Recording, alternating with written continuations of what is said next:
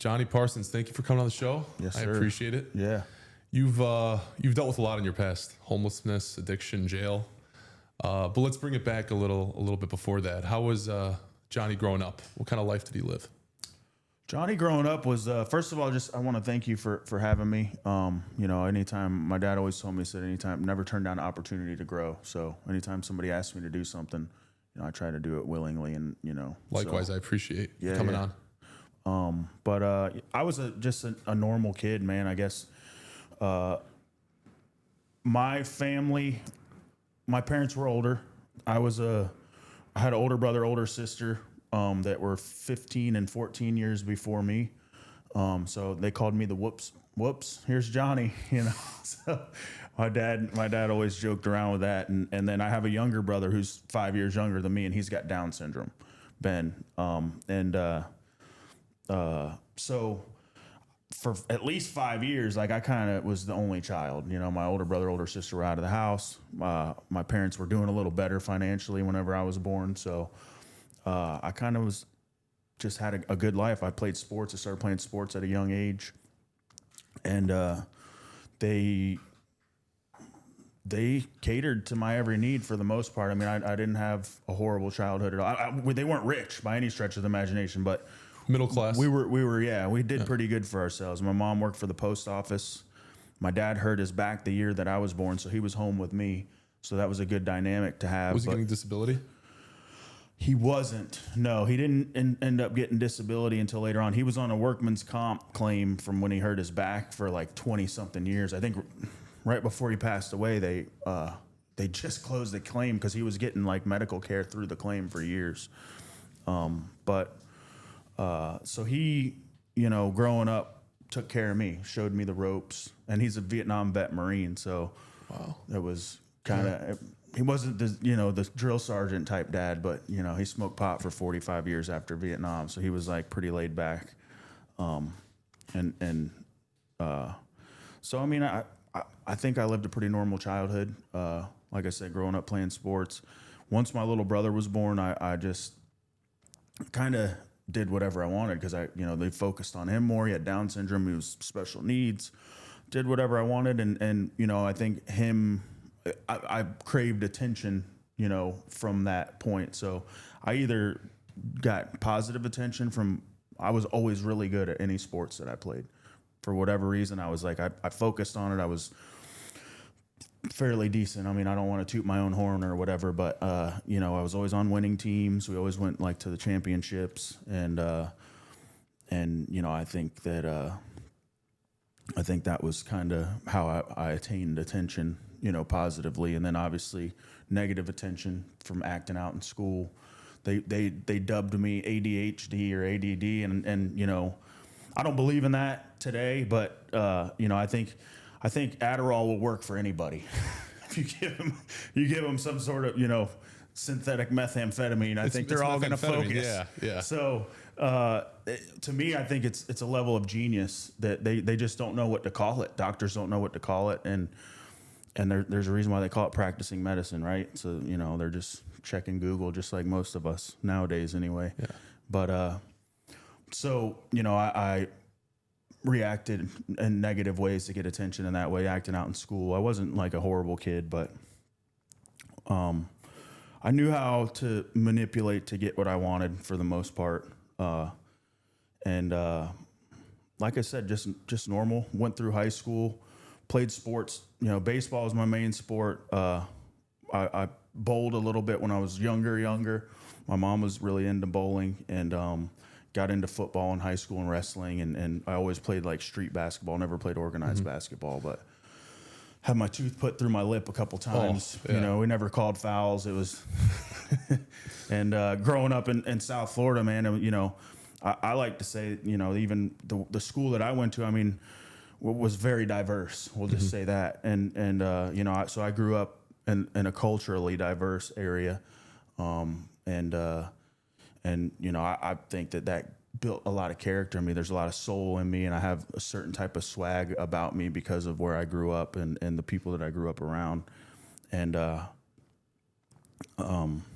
that helped me later on in life, I think, because I could talk to anybody I could hang out with anybody. Yeah. And, and I think that's important, especially in today's society. I think we need to be united, with everybody. Yeah. And so high school came, started, played sports, did really good in sports, played football, was on the varsity team my freshman year. And, obviously, with football came the partying and stuff like that. So I ended up liking partying more than I like playing sports. Stopped playing baseball and stuff probably about 11th grade year, got more into partying. I was the guy that, like, everybody else was like done drinking at the end of the night. Like, we're going to Denny's. And I'm like, what? Like, no, let's keep drinking. Like, so the party wasn't over for me. And I noticed that, looking back on my life and processing my childhood and my younger years. And, there were certain things I said I would never do. And obviously, with alcohol and ended up leading into other drugs. Yeah. What other drugs did you get into in high school with all the partying? Started out with cocaine in high school for sure. Would you say like junior year? So I dropped out the end of my 11th grade year and got my GED. So it was, I mean, I would say probably about, junior year. How did that fare with your parents dropping out? My parents, my mom had a little more education. My dad dropped out in the 7th grade. And so it wasn't really here nor there. My mom just told me, she's like, look, if you're going to drop out, go get your GED right now, because if you wait, you're not going to remember. So I did. I had it within 2 weeks of dropping out. I was working, doing roofing before I was 17 years old, making like $500 a week. And so to me, I'm like, all right, I'm going to work. And then I tried to start selling drugs, to make extra money. Well, yeah. And then to fund my habit as well. But monkey can't sell bananas. And so it was just enough to get by pretty much. And, it ended up being, where I was turning my mom's house into like a trap house. And so it didn't fare well. It ended up, I ended up dragging across the bottom for quite a few years. I would say probably from about 19 till I hit like 21. My dad's like, look, I've never got in trouble. Fortunately, I should have been arrested multiple times. There was lots of times when I look back on my life where I see that God was there with me. He spared me. Just crazy situations where like everybody I was hanging out with was like, hey, we're going to this hotel. And I'm like, for whatever reason, I'm like, nah, I'm not going to go. And just like went home by myself. And then everybody gets arrested. Like just little things where God was like, go this way. And I wasn't even paying attention to it. I just like it happened that way. And so I think he spared me, from a young age to not be caught up, so to speak, I guess. I'm not a felon to this day, and I should be. I've had a lot of charges dropped. And I remember whenever I was like 15, I got caught with ecstasy, coke. I had this backpack that was like full of drugs. We got pulled over. I just got finished playing basketball and I had my backpack full of drugs. Cops pull us over and I was dating a Colombian girl. So they're like, they find this backpack next to me. And I'm like, it ain't mine, and they're like, yeah, right, dude. Like, and I got charged with like manslaughter charges for having ecstasy. How does that work? I was underage, so I went to like juvie hall. They got me out, and then like I ended up supposed to go to court for it. And my arresting officer, and that was back when Iraq happened. He was in the service and got sent to Iraq, so they dropped all the charges. Wow. So like like I said, man, I got spared multiple times in my life, and so when did you get into those really hard drugs? So I got clean at 21 years old, and right before that is whenever I was living up in St. Cloud. So let me go back. I was supposed to, my dad's like, all right, you got to get your shit together. He's like, you're going to go into service. And like, I wanted to do Army Corps of Engineers. I liked heavy equipment. And he's, my dad's a Marine. He's like, no, I don't want you to go in the Army. So I was going to take the ASVAB test to go in the Marines. I had talked to the recruiter already. And that weekend before, I went to my sister's house. We had Disney tickets. We had like season tickets to Disney. He's like, come on, go up there for your last time. And I stayed at my sister's house up in St. Cloud, Florida, and walked out to get the mail. And they were widening the road in that particular area, and it was like the 5th largest construction company in the United States at the time. They were up out of London, Kentucky, and I was walking out to get the mail. The guy's like, "Hey, you want a job?" And so my dad, I took the job. I was like, not even, it was like 3 months before my 18th birthday. And I made more money than my mom my first year ever working, because I worked like 90 hours a week. I worked on every single crew. Were you in the union? No, it was just, I got paid $11.50 an hour to start out and just work. I didn't have anything else to do but work. So I worked Sunday through Sunday.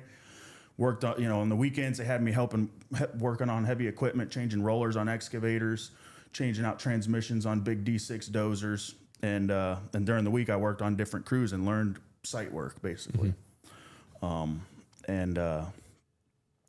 So long story short, once that work finished, I went to work for another company and got caught up with the folks out there in Holy Paul, St. Cloud out there. That's where they invented the toothbrush, because everybody has one tooth. There's big meth area. Oh, so I started to get into that because that was what everybody did. Like, was it like the people you were hanging out with? Just the area, man. It was like the woods, and there was just trailers everywhere, and so that's. Where were you living?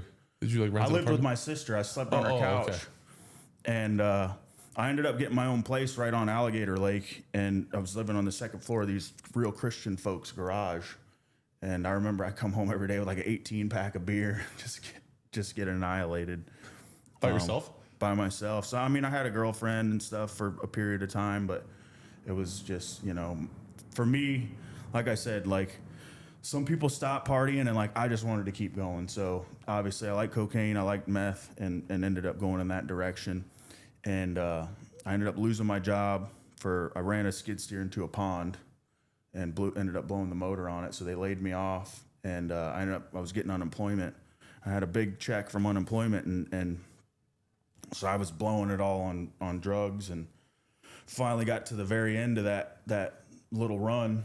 And how old are you at this point? I would say I was about 20. Okay. Maybe mid 20 years old, because my dad was already clean at this point for 4 years. He's been working the 12 steps, going to Narcotics Anonymous, but he lived in Fort Pierce, and I lived about an hour and a half away. So this last night that I was using drugs, I remember I got on my knees. I ran out of drugs, ran out of money, got on my knees and prayed to God for the first time in my whole life. And I truly felt the presence in that room, and basically just said, like, I don't want to live like that anymore. I was done. I was in tears as I was using drugs, the last little bit of drugs that I had. And the next morning, out of the blue, my dad was standing next to my bed, and he's like, "Johnny, do you want to go home?" And I was like, "Yeah," I couldn't pay the rent, there was nothing left for me there. And so I ended up going home, and then I didn't know it at the time, but there was like 4 or 5 days I just passed out on my mom's couch. I was detoxing from like benzodiazepines, from opiates. And I didn't know that. You probably were screwed up in the head, right? Oh yeah, and I ended up, I just felt sick, like I had a cold, and then after that passed, my dad's like, "Hey, you want to go to a meeting?" And I went to my first Narcotics Anonymous meeting at 21 years old. Got clean at 21, stayed clean till I was about 26. During that time, I started my own business, lawn landscape, did handyman work, and did auto detailing. And so I was an entrepreneur from a young age. I even had like a lawn business even before that. My parents had a riding mower. So I was always like selling avocados. We had an avocado tree. I would set up a table out by the road, slinging avocados when I was like 14, 15. So, and obviously being a drug dealer. I remember being in like middle school, we would go to the Sam's Club. I get a pack of Warheads. And I was selling Warheads at school. Yeah.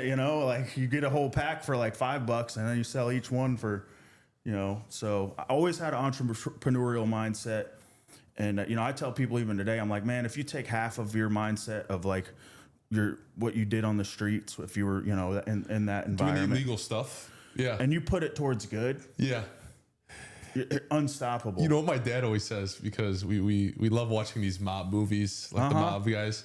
My dad's always like, if these guys just took the effort they spend and the time they'd spend on this illegal activity and put it toward an actual business, they'd be doing well and not have to look behind their back. Right?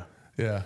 Like going to like beat people and take their knees out to get, $50. not even worth it. Yeah. And so I during that time period, I ended up started my own business, had lawn and landscape business, and it became a firefighter because that was around 2007, 2008 when the housing market crashed. Wasn't a whole lot of construction going on, and I was in the recovery field, addiction field. So I was working in a recovery house, and I was taking blood pressures, and they told me, they're like, "Hey, Johnny, if you go take, the EMT course where you get certified to take blood pressures, we'll give you like an extra $1 an hour." So I'm like, all right, cool. So I went to this community college and signed up for EMT school. And first time I part of that certification was you had to take 2 ride times at the fire station. First ride time I had at the fire station, I'm like, I'm going to be a firefighter. So that was my goal from then on. I ended up becoming a firefighter paramedic. Was that 26?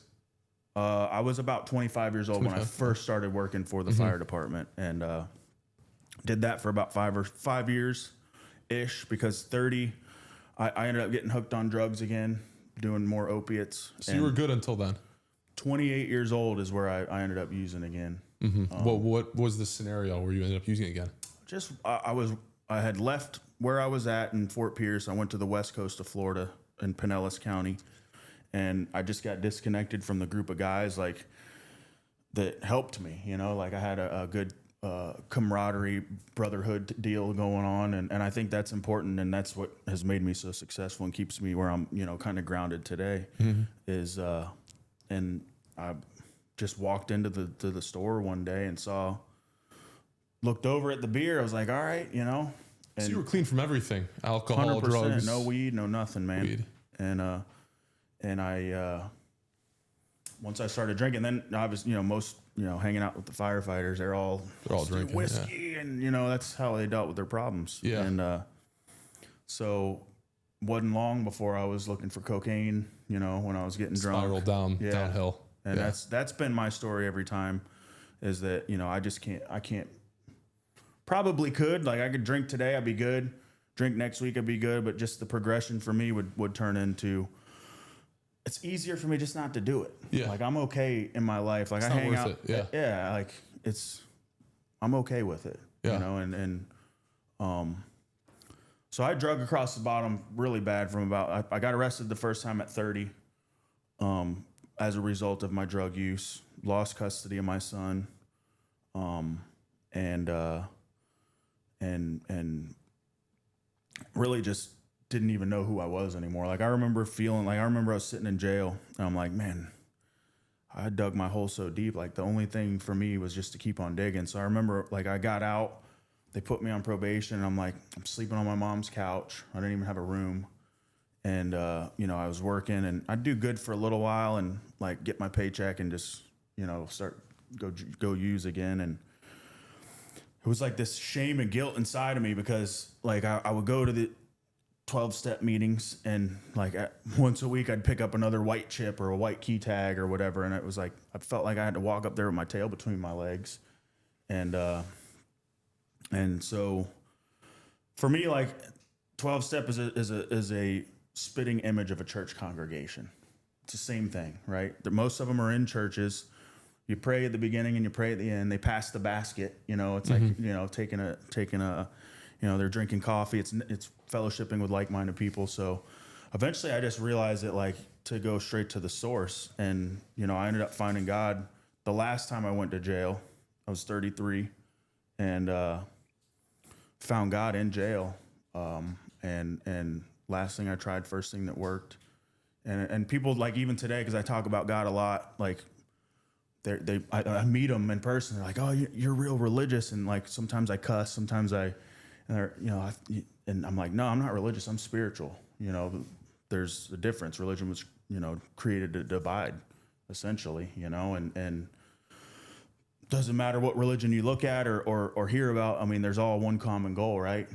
And, you know, for me, you know, I believe in Jesus. I believe he died on the cross for my sins, and that, you know, every part of my life up to this point, even, he's been there with me and continues to be there with me. And there's no other way to explain certain things in my life that have happened and still things that happen to me today than God. So, I took that and ran with it. And fortunately, I wasn't like one of them kids that was raised in the church where I like had religion beat across my head. I didn't know nothing about it. I just knew I believed in God when I was younger. I was baptized Catholic when I was younger, and so like I took it and ran with it, man. I wanted to learn as much as I could. I was in jail. People would come in from the outside, bring a message in, and they'd give us a little worksheet. When they left, like I'm in there working on that worksheet, like just trying to learn as much as I can about the Bible, how to be Christ-like, be as Christ-like as possible. And so that's what helped you stop for good, was Jesus Christ. Jesus Christ. Yeah. Yeah. I mean, I tell this story too, that like I was in the spiritual dorm at the county jail and where I live. And I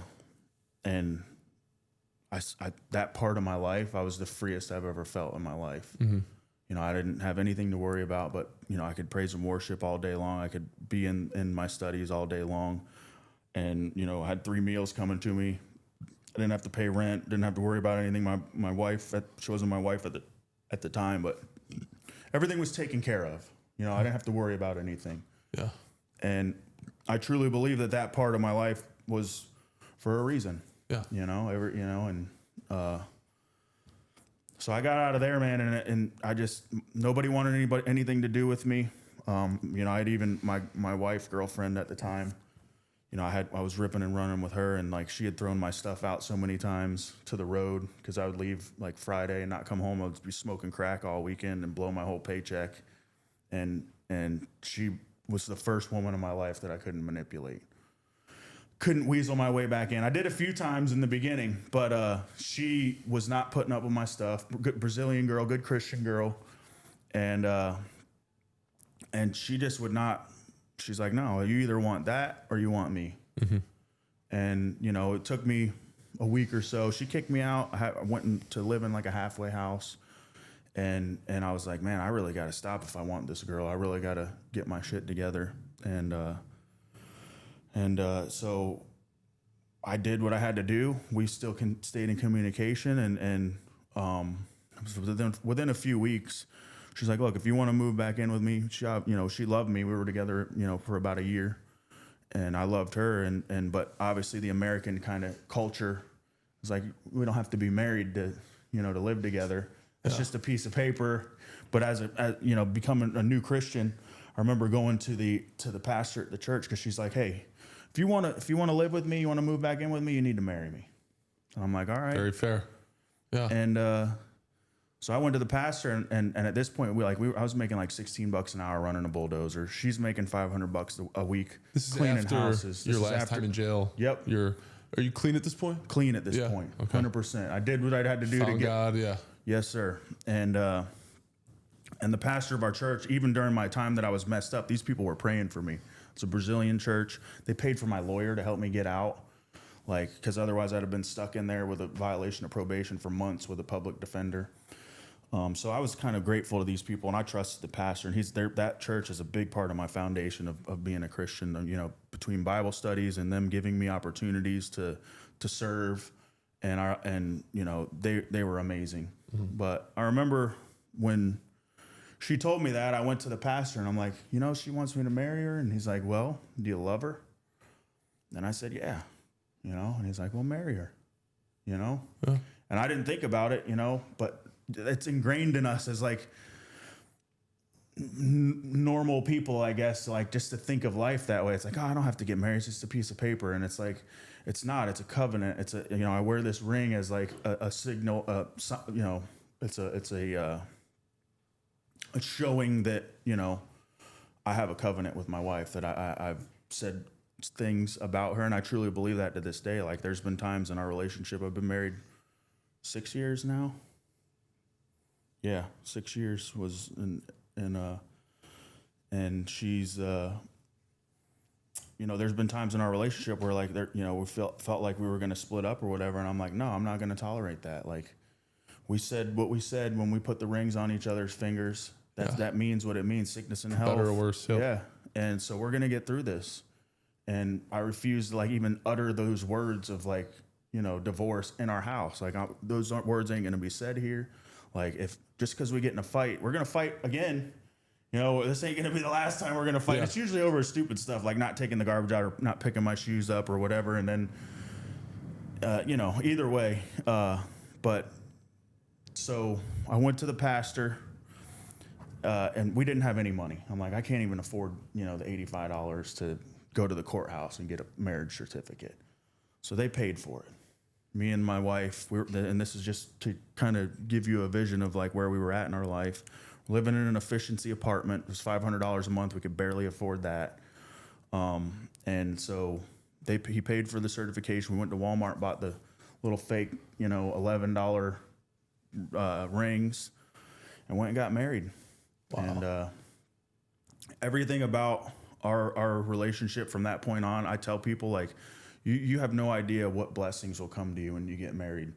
Everything started to flourish for us. Obviously, me being a kingdom leader of my household and not taking control and like, just because I bring money in, like, you better listen to me. It was more than that. It was like pouring into her. It's like asking her how her day was. It's, hey, what do you think about this Bible verse? And sitting at the kitchen table. And my son was back in my life too. So the same thing was happening with him.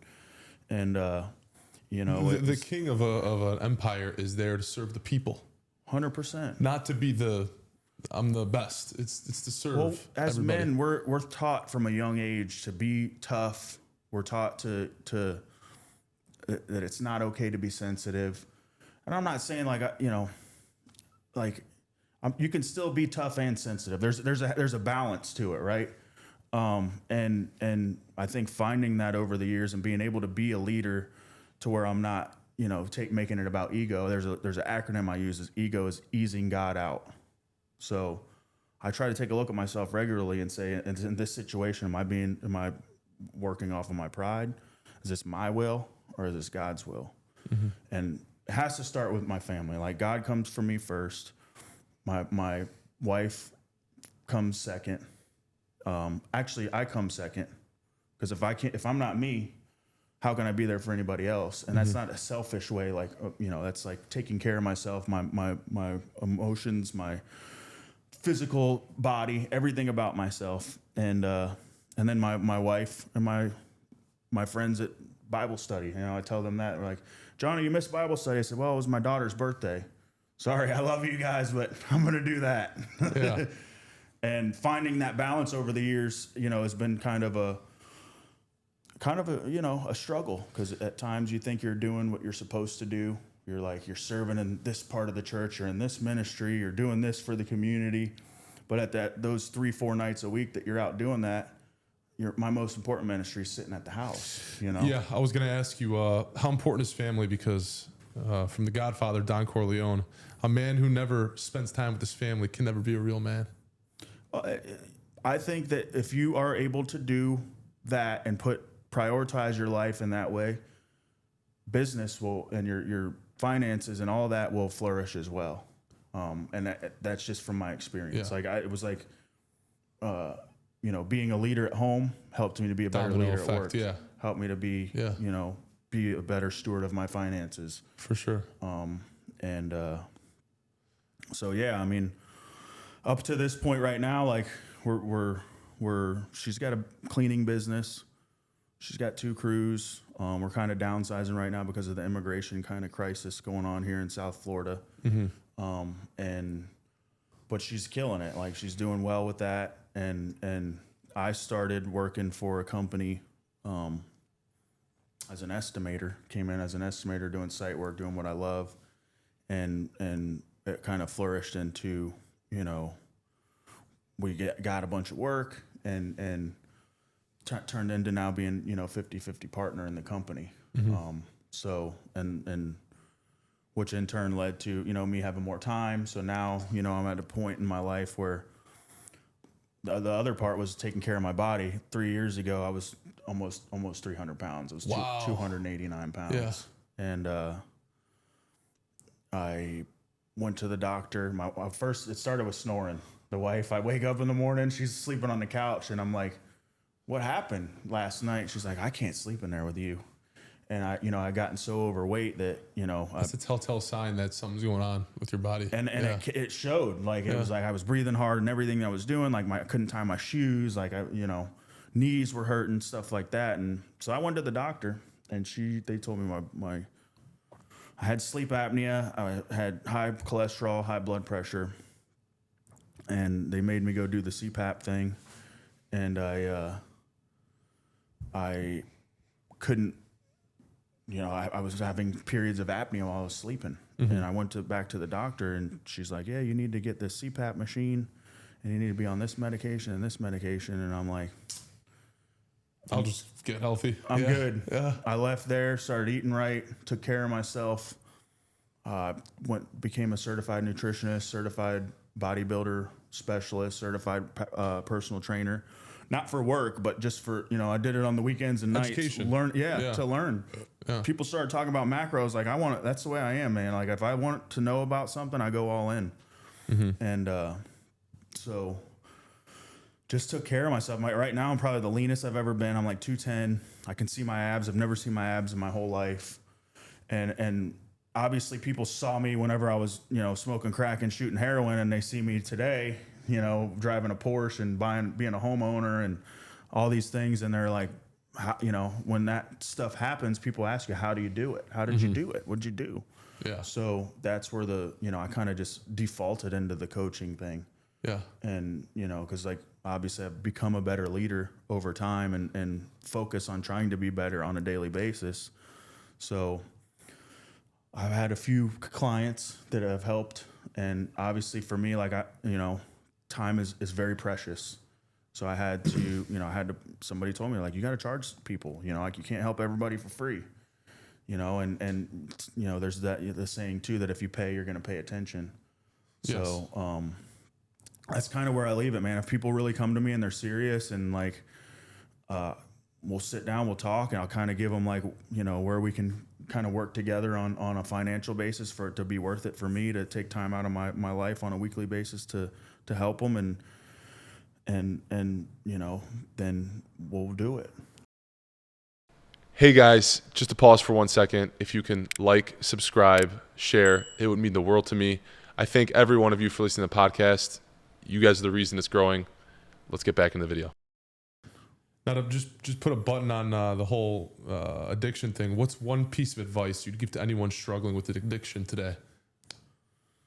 Well, you got to want to do it, and I think for me, like every time I would like get drunk and come, wake up the next day with a hangover, like I truly told myself the next day, like I believed it with all of my heart. I was like, I'm never drinking again.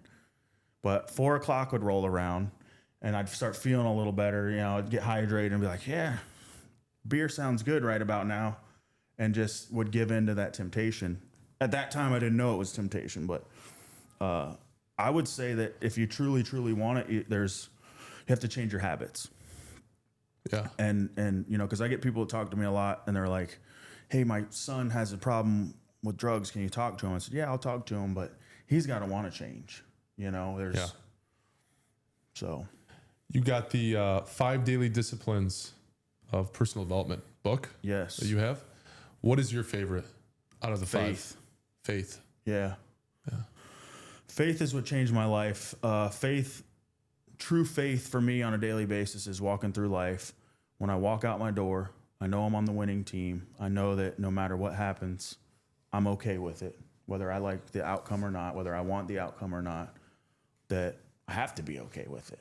There's no other choice. I've had family members pass away. I've had friends, family members pass away, issues, that situations that I have no control over. So I put my faith and my trust in God and say, hey, look, there's something here that you want me to learn, or there's something here that it's your purpose. I don't have to understand why these things happen. Yeah. So for me, faith was a big, and that book was created because that's what I practice still on a daily basis.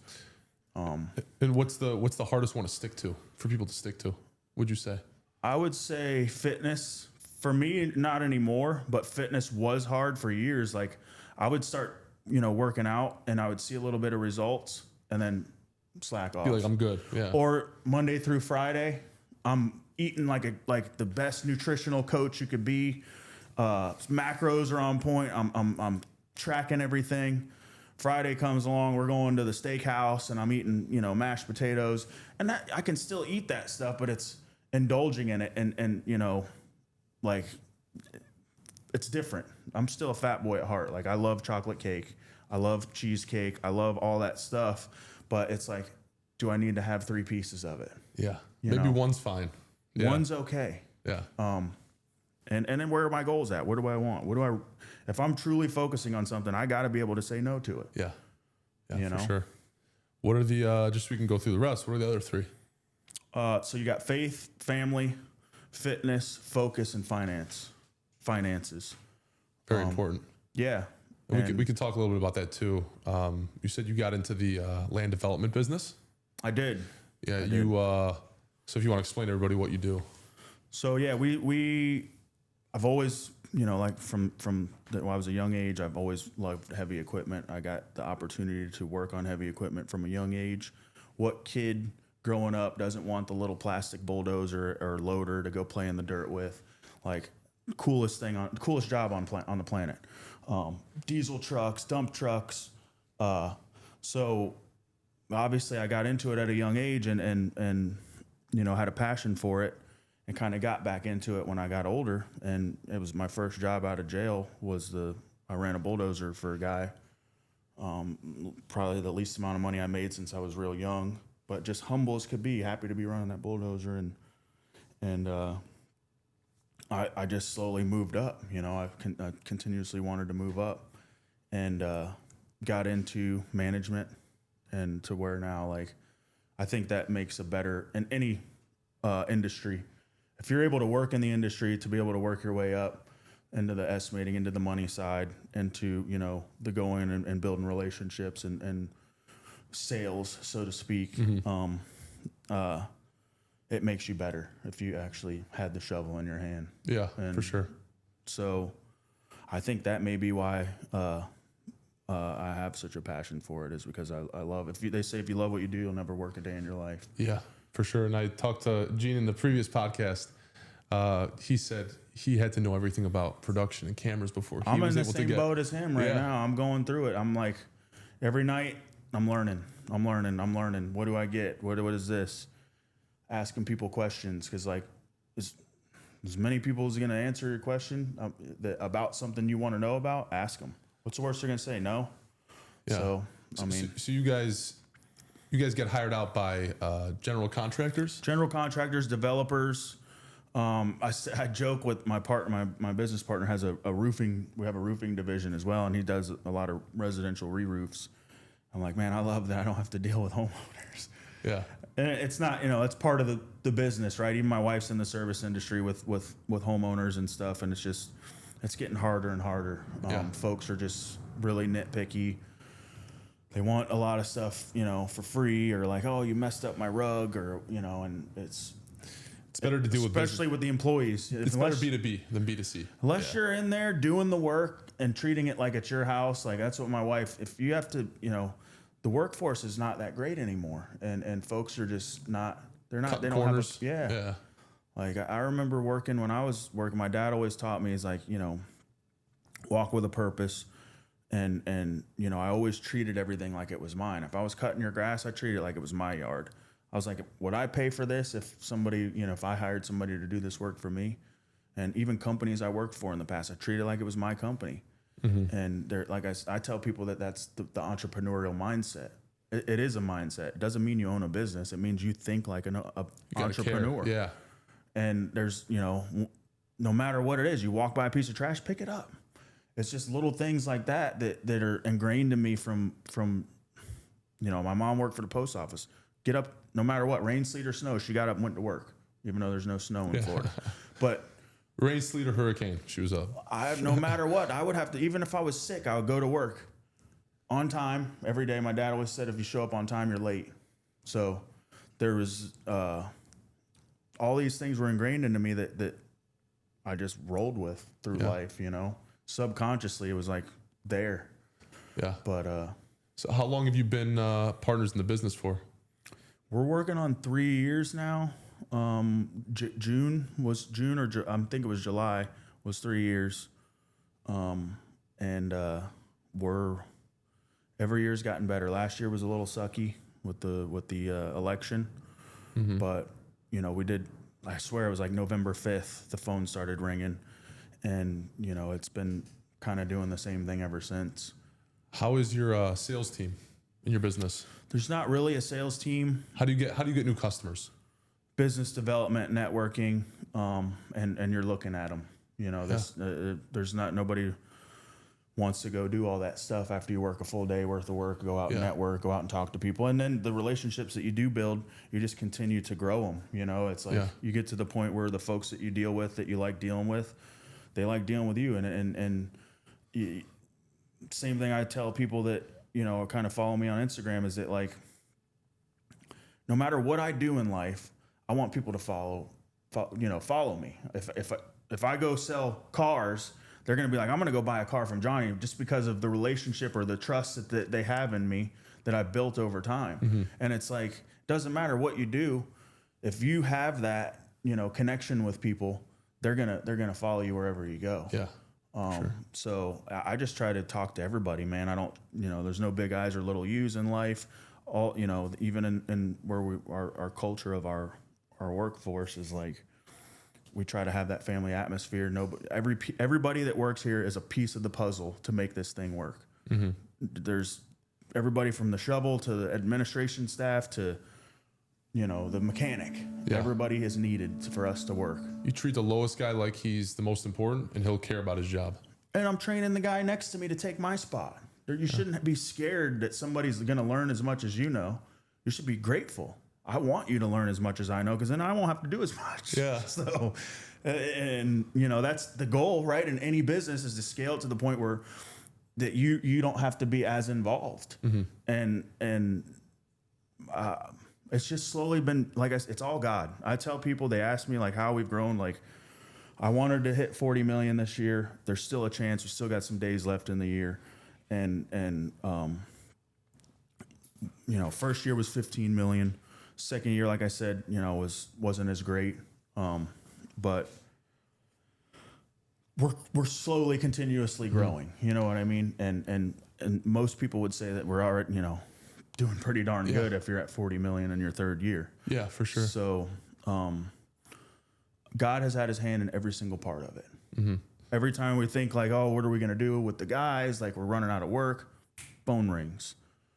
You know, there's just circumstances and situations that arise where you're like, there's no other way that this could happen unless God made it happen. You know, like, there's no coincidences. So every part of it, and I like to give Him the glory for that, because, you know, he's within me and He's within, you know, the company.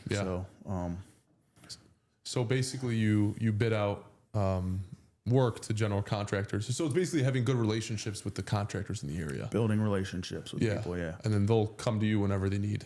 And in most cases, like, if they like dealing with you, they won't even go to other people, you know?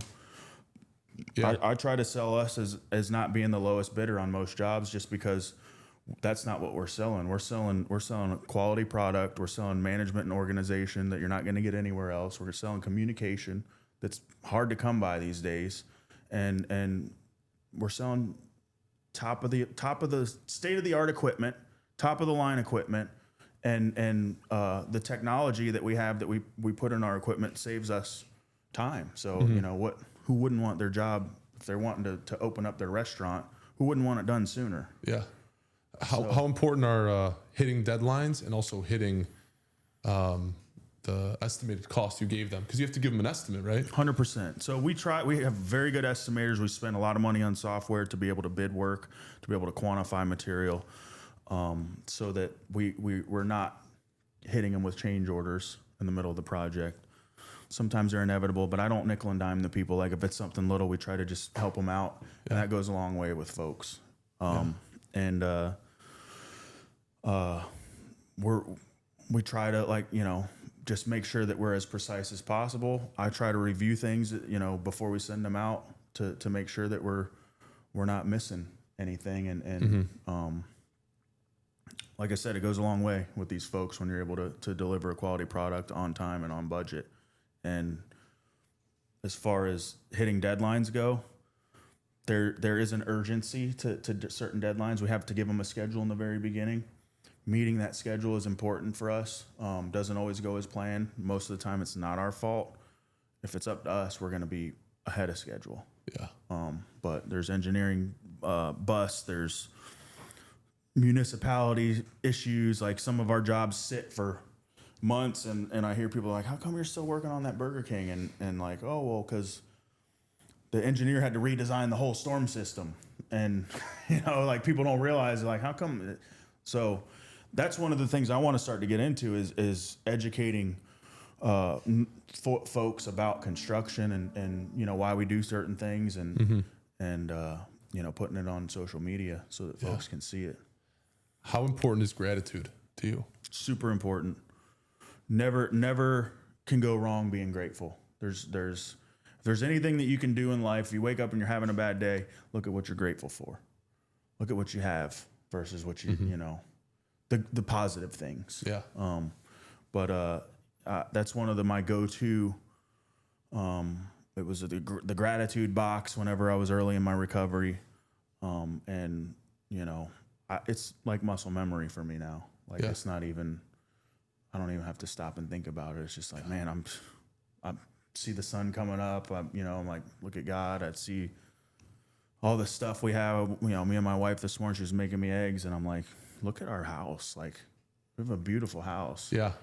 Look at what, And it kind of ties into living in the moment as well. Yeah. Why you should always live in the moment and not think about the future or the past. Well, that's an old 12-step thing. And I think that's why I became such a good Christian, is because 12-step tricks you into believing in God, basically.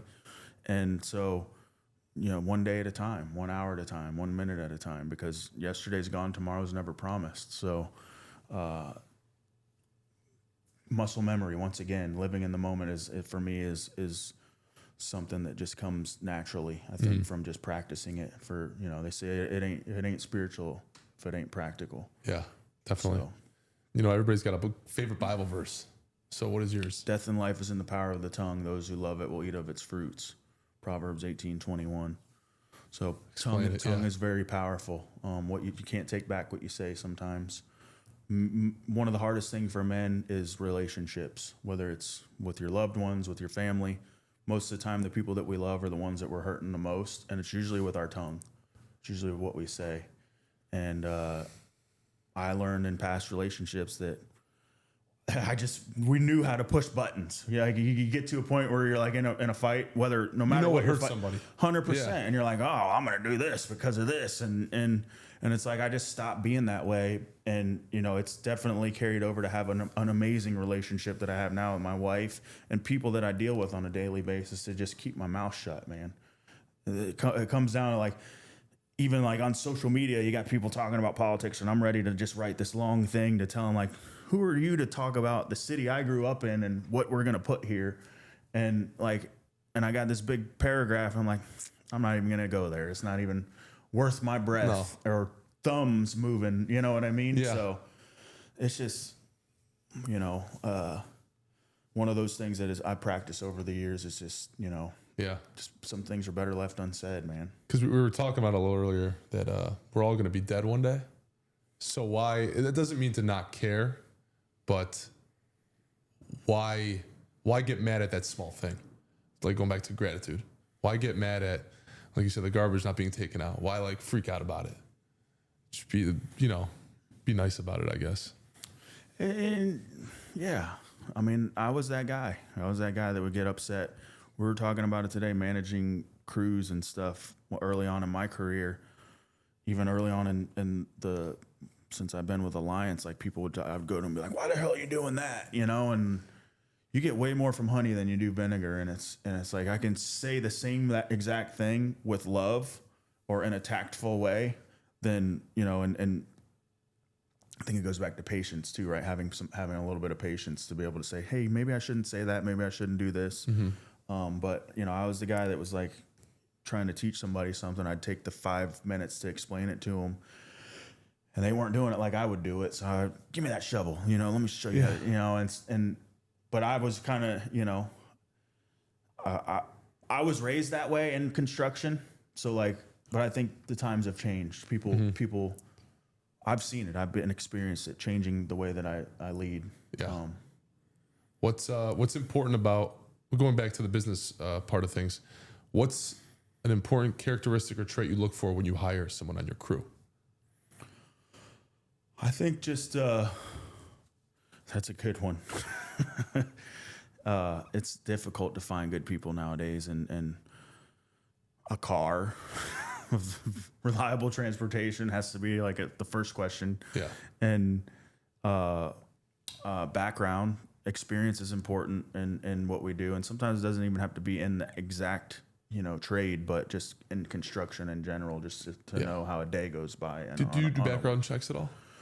And do you care if they have a background? Yes and no. And because, you know, I've been down that road too, where like hiring folks to try to help them out, and slowly I'm going away from that, just because it, you know, helping out friends and family doesn't always end up the best. And I think going into a business relationship, or a relationship like a boss, you know, employee relationship, has to be kind of fresh. Because I think when you have that friends or family, like there's a certain expectation that's held of you, because they're like, oh, you know, you're so and so's nephew's cousin. Like people think like I'm treating them different because I know them, you know, and it's like, no, that's not the case. And then usually 9 times out of 10, it ends up not working out as good as you would expect. So yeah, you also do a little bit of personal development on the side. Yeah. As well. Who do you look for when it comes to that? Like, who's your avatar? And then what do you teach them? So I kind of touched on a little bit earlier, like I'm not looking for anybody right now. Like it's the same thing when like with discipleship, like God will provide, and I'm not looking to make a killing off of coaching, but I think that when those people are ready, they'll come to me. And that's kind of how it's been so far. Like the few people that I have to help, I had some fitness clients, and these people paid me, you know, like, and they didn't do anything. Like I was like, I felt bad. Like I did something wrong. And it's like, but the people that I have helped that are successful did all the work. All I did was give them a couple ideas, you know, and it's like, you know, they're the ones, if you want it bad enough, you just, you know, need somebody to guide you a little bit. Because that's what holds people back, is them not knowing what to do. What's the first step? The information age is dead, right? So we have as much information as we could possibly have at our fingertips. You want to know something, Google it. ChatGPT. My son, ChatGPT, all that. But it's the application of that knowledge where we're lacking. And that's all folks need is like, hey, I want to start a business. Well, what do I got to do? There's a list of things. Find a name, find a logo, LLC, or you know, incorporate yourself. There's a list of things that people just need like some guidance on, you know, and it's like, hey, now I have a business. Now what do I do? Well, you sell, you market, you go be the marketer, you know, and in your first 5 years in any business, you're going to work your ass off, plain and simple. If you can get it a little sooner, then great, but it's still going to be a pain in the ass for 5 years, I guarantee it. And, but yeah, so there's just little stuff like that, and popping ideas into people's heads. Like, you know, because of my experience, you know, I have a history of successful businesses, even from my lawn business I started when I was 17. Yeah. You just got to provide value. That's really what it comes down to. Do something that someone will want to pay for. Everybody talks about solving problems and all that. And like, I've been in sales before. I've sold things, and it comes down to just, like I said, building that relationship. People are going to buy. They're buying you. They're not buying what you're selling. They're there to buy a car, but they want to feel comfortable with you. They want to feel trusted, like you're not screwing them over. And that's probably the worst possible place that you feel like you're going to, you know, get over on some, or get a good deal is at a car dealership, because there's no true statement of not getting shafted at one of those places. What do you want your legacy to be when it's all said and done? I just want to be able to leave an impact. And I want to spread value in that way. You know, I want to be able to spread hope. I want to be able to use my story to give hope to others. And at the end of it all, I don't care if there's 10 people at my funeral. I don't care if it's what kind of impact did I leave in my dash of my life. So I think from what I'm doing right now, my legacy is being left. And you know, I kind of reevaluate that on a regular basis and kind of take an inventory of what I got going on in my life and what's important to you and everything. What's important to me with what? Like that's what you try to think of your goals and what's important to you. What's important to me is, I mean, and focus on that stuff. Yeah. Well, faith, family, fitness, focus, and finances. So that's the 5 things that I kind of try to look at, and evaluate. You know, where do I need help at? At the end of every day, do I do it every day? No, but at the end of every day, I like to take an inventory of my day. Hey, did I talk to somebody in a bad way? Do I need to make amends to somebody? Do I, just an inventory is looking at what I got on the shelf. Do I still need this? No, I don't need this anymore. I can get rid of it. Yeah. If you could say one thing to your 15-year-old self right before you start doing the drugs. 15? Or whatever, right before you start doing drugs. Wow. The day before, what would you tell? To like 11. Yeah. Oh, really? Yeah. Wow. But, I mean, what would I tell myself that would mean something? Yeah. I would tell myself to not be scared. There's everything from being a teenager to, like scared to talk to that girl in school or scared to take that leap of faith in a business walk or make a business decision. It's like the same thing with the podcast studio now that I kind of jumped into. I signed a 2-year lease on it. I don't know how I'm going to pay for it. I don't know how I'm going to get the money to pay for all the stuff or, it's like little stuff where like it just, but I know that it's what I'm supposed to do. I know that, everything is leading towards moving in that direction. So, and we were talking before that there's already God putting things in place for it to be successful, and I think that's what he wants for all of us. And what I would say to myself back then is that to just don't be scared. Fear is lack of faith. So, so what's next for you personally and professionally as well? So obviously, I'm moving in the direction of growing my following and on social media and trying to be able to leave an impact for, to spread hope, right? Spread favor. There's more people have told me that to keep doing what I'm doing than I have told me that are people that are hating on me. So I feel led to move in that direction. Like I said, with the business, with bread and butter, Alliance is my bread and butter. I'll never stop doing what I'm doing there. I love it. I'll stop one day, but it's always going to be the number one thing, and it's always what I focus on the most. The podcast thing and meeting other people, meeting cool people, meeting high influence people, and hearing their stories is it's a gift, man. It's awesome that I get to do it, and so.